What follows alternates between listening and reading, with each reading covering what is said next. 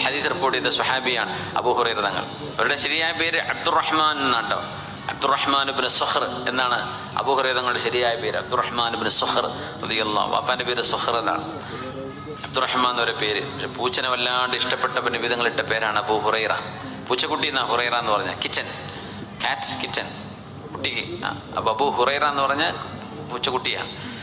പൂച്ചക്കുട്ടിയെ ഇഷ്ടമുള്ള ആള് എന്നാണ് ആ വാക്കിനർത്ഥം. വാപ്പാന്ന് എല്ലായിടത്തും അബൂവിന് വാപ്പാന്ന് അർത്ഥമല്ല. അങ്ങനെയാണെങ്കിൽ അബുദാബിക്കൊക്കെ മാൻ്റെ വാപ്പാന്നൊക്കെ അർത്ഥം വരും. അതല്ല, മാനുകളുള്ള സ്ഥലം ഈ ഐലൻഡ്, അബുദാബി ഐലൻഡിൽ കാടുമൂടി കിടന്ന കാലത്ത് ഇവിടെ മാനുകൾ ഉണ്ടായിരുന്നു. ഇതൊരു ദ്വീപാണല്ലോ, അറിയില്ലേ? മുസഫ നമ്മുടെ മക്ത ബ്രിഡ്ജും ആണ്ട് ബ്ലോക്ക് ചെയ്ത് കഴിഞ്ഞാൽ പിന്നെ നമ്മൾ ദ്വീപിലാണ്, പിന്നെ ബോട്ട് കിടക്കേണ്ടി വരും.